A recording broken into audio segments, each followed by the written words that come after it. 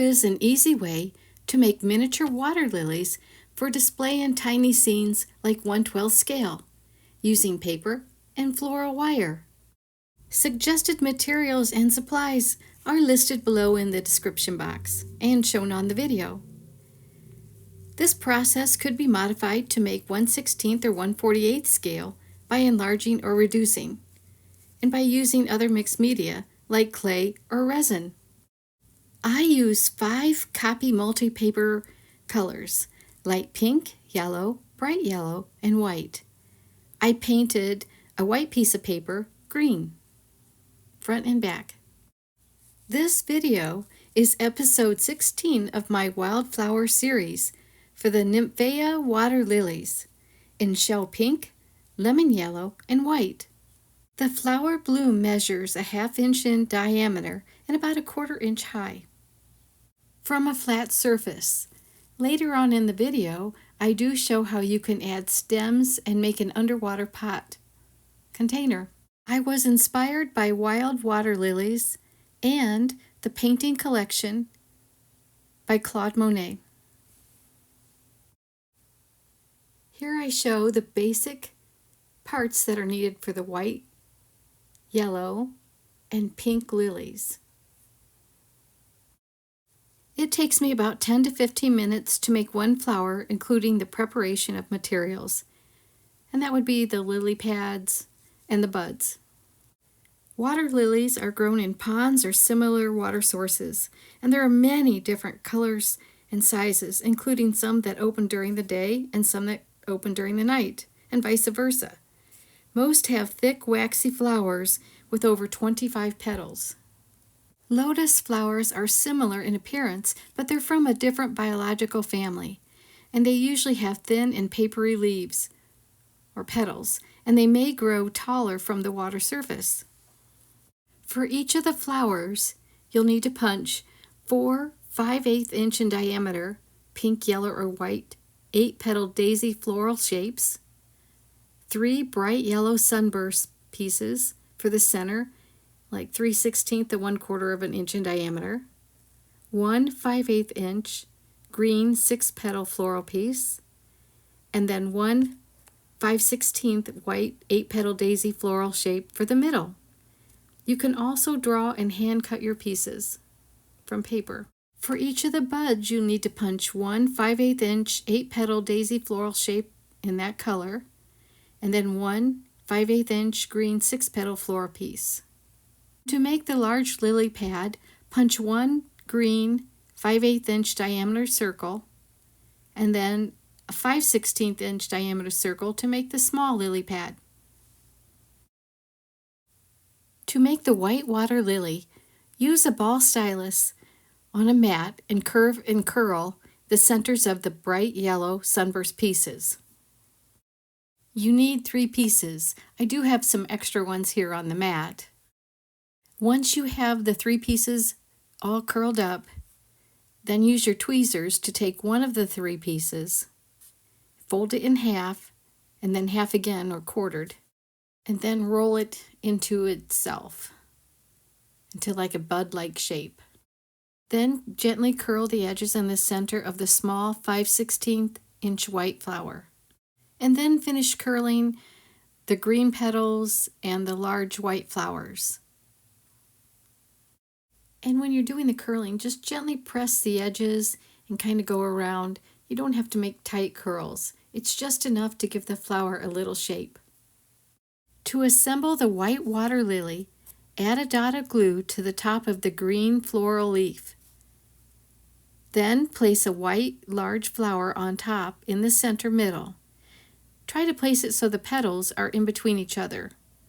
Then layer glue dots for the next 3 large white petals, alternating in between petals below. And then press down into the center after each layer that you glue, and try to keep that so that the petals can kind of still fluff up a little bit. You can always fluff them at the end. Once you have the 4 large flowers glued together, now take the small white flower and place that on the top center with glue. Add another dot of glue and then add the first yellow sunburst piece in the center. Add another dot of glue, do the second one, and then you're going to take the rolled up one and put that in the very center. Let dry, and then you can fluff it up later if you need to. To make the white bud, take the other green leaf and the other large white flower that you've already rolled with a stylus and curved the edges. And the white flower you're going to fold in half and then quarter, and then you're going to kind of roll that into a bud-like shape. So use your tweezers to hold the top of the bud, place a little dot of glue at the bottom, and then set it on top of the middle of the green leaf. And then fold the green leaves in on to the bud. Just gently pushing it up and around until you get a bud-like shape. Kind of pinching it a little bit, and then roll. To make the lily pads, cut circle shapes from the green paper. Then cut out a triangle piece from the center middle point. I just kind of eyeball it. And then once you go to the center, and then make the triangle with a 1/4 inch or so around the edge of the circle. Clip the little edges of the triangle into a curve. Then use your scissors or craft knife to make a scallop edge around the outside of the circle lily pad as shown. You can add vein marks onto the leaf by using a green color pencil, and then you could also use a brown or a dark purple color pencil to make little spots. You can color both sides if you like. And then maybe make some with only green leaves and then some with the brown. Then take the ball stylus and make a curl around the outside perimeter edge of the lily pad. Once you have that little lip created, kind of rub the top of the pad leaf in the middle to kind of give it a shiny look. Repeat the steps to make as many lily pads as you need, and also to make the smaller 5/16 lily pads. Making the pink water lily is very similar to the white one. You'll punch out your pieces. Once you have the 4 large pink flowers punched out, take a magenta or dark pink color pencil and lightly go over both sides, the front and the back of those petals, just the one.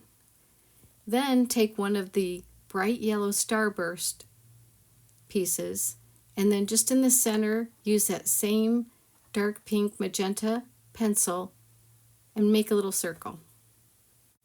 And then you're going to take that bright yellow piece that you just colored the center pink in, and you're going to have that and have it again or quarter it, and then roll it into a little bud-like shape. And it will be the center of the middle of the flower. Repeat the same assembly process as in with the white water lily. You'll punch out the parts, then curl them with a stylus. Then you'll glue in between the pieces, starting with the green leaf as the base.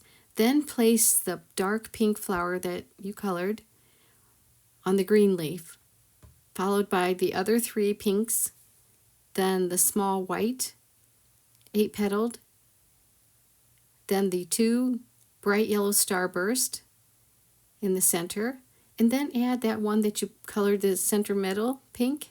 Put that right in the middle. Let dry. Repeat the steps to assemble the bud, just using a pink piece in the middle. By paper punching out a green leaf and then a pink petal, curling the paper parts, turning the pink flower into a little bud by halving and quartering and rolling it, then gluing it to the top of the green petal, and then putting the green petal all around it and rolling it. Then make lily pads for the pink flowers, repeating the previous steps. By punching out a green leaf circle, cutting a triangle, scalloping the edges, coloring veins or little marks, and then curling the water lily. Repeat the process for the yellow water lily by punching one green floral leaf, 4 lemon light yellow large 8-petal flowers, 1 white small 5/16 inch 8-petaled flower, 3 bright yellow sunburst. Then draw an orange circle in the center of one of the sunburst, and then fold that one in half and half again and roll it. It'll be the center middle. I can't find my small white 8-petaled flower, so I'm having to make another one when I was coloring the orange sunburst. I just realized I'm missing that little white flower. I don't think it's missing. I think I forgot to punch it out. Just repeating the assembly process by punching out or cutting out the paper parts, using the ball stylus to gently curl the pieces, and then gluing it all together with little glue dots in the center, starting with the green leaves on the bottom, and then the 4 large yellow pieces, and then the small white flower, and then add the 2 bright starburst, and the one that you colored with the center orange, put that right in the middle. And then make your buds the same way, except using a yellow large 8-petaled flower, and then add lily pads. Once the flowers, buds, and lily pads are dry, apply a coat of matte sealer. I use some sewing pins and clamps stuck into the base of the buds and flowers for easier sealer application with the paintbrush. It also helps with drying. I tried to make some small lilies using the 5/16 8-petaled flower. There are many ways to display the water lilies, like in a garden or nature setting.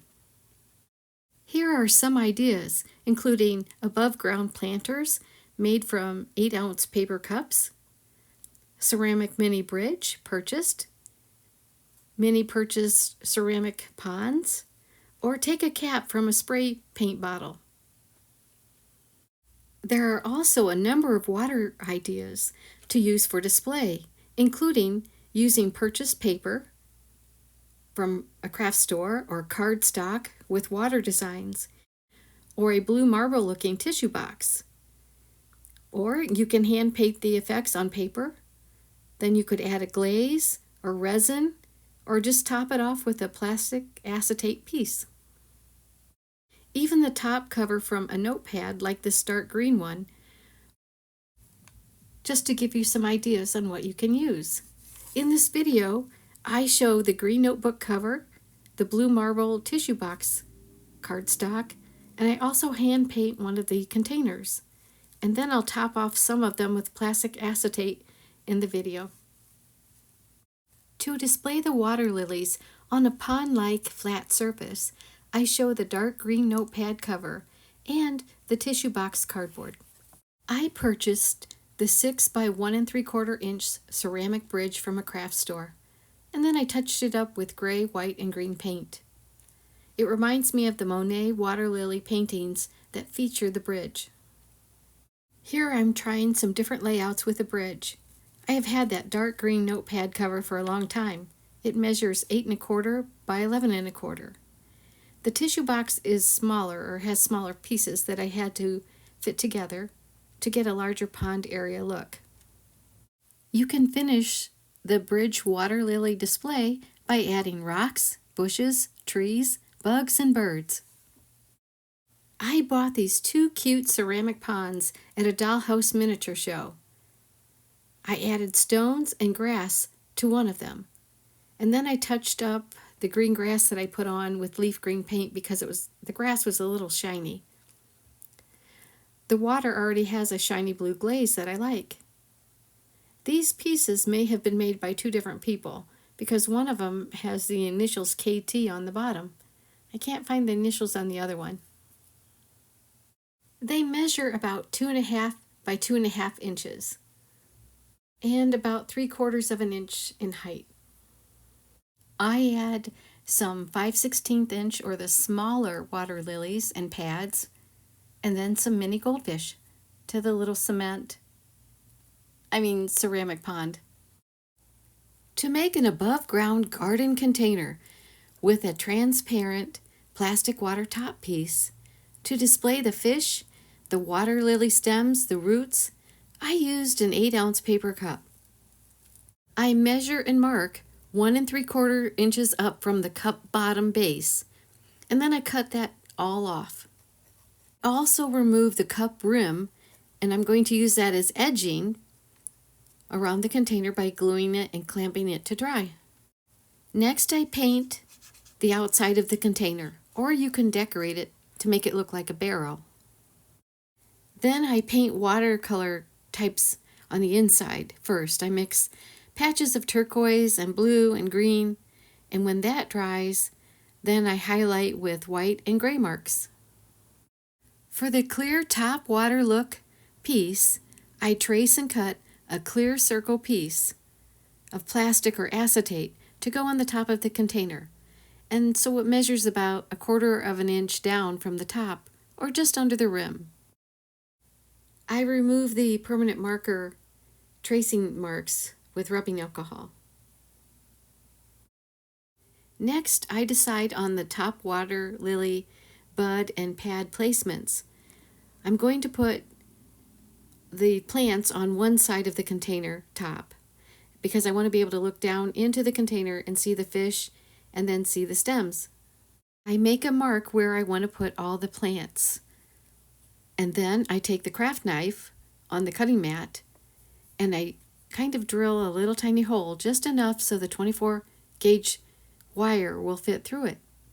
With wire cutters, I make enough stems to cover the lily pads, the flowers, and the buds that I want to go through the holes that we just made. I let that dry, and then I slide it through it. And you can make the stems a little bit long because then you can cut them once you get it placed inside of the container. And here I make some other items to go under the water. To make an underwater rhizome or rootstock, I cut 2 to 3 pieces of 1/4 inch brown crewel yarn. I glued them together to make it thicker, and then I cut little pieces of sewing thread in brown colors, about 1/4 inch to 1/8, and then I randomly glued them on to that crewel yarn to make it look like a bunch of roots. To make a new growth lily leaf that's underwater, fold a lily pad in half and glue it to a floral wire stem so that it will fit underneath the plastic water top. You could maybe make the stem 1/2 inch to 1 inch and then bend it. To assemble the new growth leaves, cut a piece of cardstock. I color the ends of the cardboard with marker, then glue the rhizome rootstock in the center of it, add some mini rocks, and then glue the stem leaves. Bend the leaves to make sure they fit below the water surface. To make other water plants, cut small pieces from a plastic or silk plant, maybe 1/2 inch to 1 inch, then glue to cardstock, as shown. And you could add small pebbles or little rocks on top of the cardstock by the little plants. The fish. I made some fish to add with the water lilies. First, I decided what kinds, color, and size of fish: koi, goldfish, guppies, and minnows. I used foam and vellum paper for the body. You can use a computer-generated fish. You can print it, cut it out, hand draw, trace. My original intention was just to use vellum paper, but when I started to look at my much-used stylus foam mat piece, I decided to try to see what that would look like as a fish base. I used an orange and black permanent marker to color it, and then I cut it out with scissors and a craft knife. I cut the foam fish out later in the video while I'm still trying to decide if I like it. With a small piece of vellum transparent paper, I pencil draw goldfish shapes on one side. The main body is an ellipse, kind of a long oval, about 1/4 to 3 32nd inches. So after I get the main body, then I add some long tail fins and then side fins. You can freehand draw this, maybe making pencil marks for the different sizes or the shapes that you want. But there's also templates available. There's like a little ellipse shape one. I'm going to show it to you here in a second. I like using templates and patterns when they're available because it helps keep things in a measurement perspective. Then I flip the paper over and I use a color pencil in orange to fill in the fish body. So I'm actually using a yellow orange instead of the regular orange, but you could use either. And I'm also just using a light approach. It's not really a solid coloring.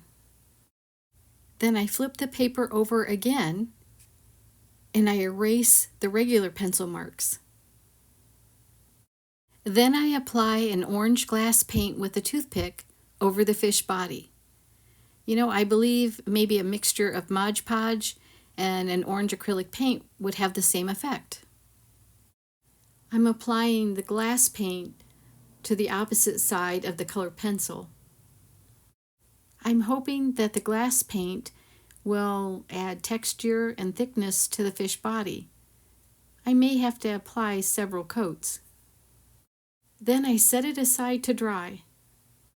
I have a paper punch design that I would like to use to make the mini guppies and minnows with, and maybe some mini goldfish. And there are the 6 smallest pieces are about 5/32 of an inch, and I think those would make good fish. So on my first test sample of using that paper punch, I colored one side of the vellum paper with orange, and then I thought about using a permanent marker, but instead I flip it over and use the light orange, kind of making it solid before I go ahead and punch it. The paper punch is kind of like a water spray shape, and it's made by a company called McGill, and I want to use those 6 small pieces. Those 6 pieces look to be about 5/32 of an inch or so.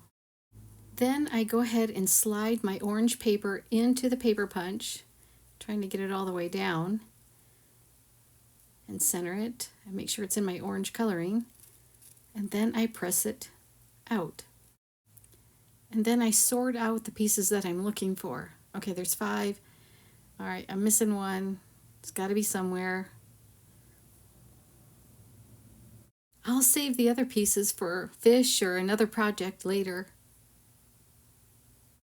Next, I cut a piece of acetate, kind of in an oval shape, thinking that I could put those little pieces or glue them on there to decorate, and then maybe use it for an arrangement like a little school of fish.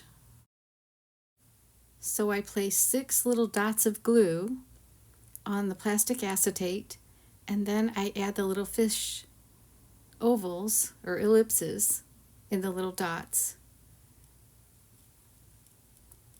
And then I set it aside to dry. Now the vellum paper kind of buckles up a little bit, but it will flatten out as long as you press it down good. After they dry, I coat it with a top coat of clear frost glass paint over top the little 6 shapes. I wonder what the clear frost glass paint will look like on top of that foam fish I made. I give it a try, and then I top it off with a little bit of orange glass paint on top. The vellum paper larger goldfish are dry now. I'm going to add eyes, black eyes, with the ultra thin permanent marker. The end of a sewing pin and black acrylic paint to make the eyes also works. In between making the eye marks, I have to dab my marker onto the paper just to get the ink going again. This also helps me regulate the size of my dots for the eyes. And then I cut the fish from the vellum paper. I'm using my regular scissors. I just take my time, I go around slowly. And then as the size gets smaller, I carefully place a tweezers around the fish so I can cut around the details. And then when I get to the tail, I'm also making little feather cuts for the fin shaped. And then I'm going to do the same thing for the side fins. Instead of scissors, you could use your craft knife, or you could do a combination of the scissors and craft knife to cut out the fish. Whatever's easier. My first attempt to make the little guppies and minnows dried a dark black color. I guess those could maybe be molly fish. I had only used the onyx glass paint color. So for the next batch, I mixed a clear frost and onyx half and half to get the light gray. I add the tiny eyes that you can either use with a permanent marker or the acrylic paint and a pen. So the tiny goldfish and the little guppy minnows looked a little bit too oval, ellipse shape for me. So then I added a dollop of glass paint, clear glass paint, on the opposite end from their eyes to make it look like a fin. And when the tail dried, I was able to peel it off the little plastic acetate and put it onto the cardstock, the fish. And I'm back to my little foam fish experiment. I'm going to cut it out. I try scissors, and then I also touch it up using the craft knife. Again, it's kind of thick, but once I cut it out, then I will have to touch it up with marker and some more glass paint. To make a koi fish, I trace a fish body on the vellum paper, and then I paint it with a white acrylic paint. And as that is drying, I decide to try to make a koi fish from the white foam. And I add orange, black, and red paints for the body markings. And then I added paints to the dried vellum fish. I forgot to push record on the first one, so I made another one just to show you how I'm doing it. So I start out with the white paint. It's actually called an oyster white, kind of a creamy white, for the base of the fish. And then when that's dry, I'm using some orange paint, and it's the orange glass paint. And then I put on dabs of black acrylic paint. I'm just kind of randomly making these little markings. And then I'll use a little bit of the red acrylic paint. Then I add eyes. I cut it out. I feather out the tail and the fins by making little snip marks with my scissors. I erase any pencil marks on the back, and then I kind of bend and curve the fish to shape with my hand.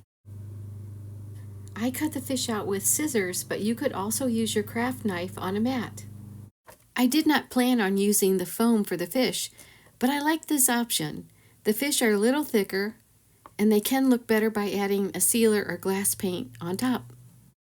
The vellum paper fish are on the left, and the foam 3 fish are on the right.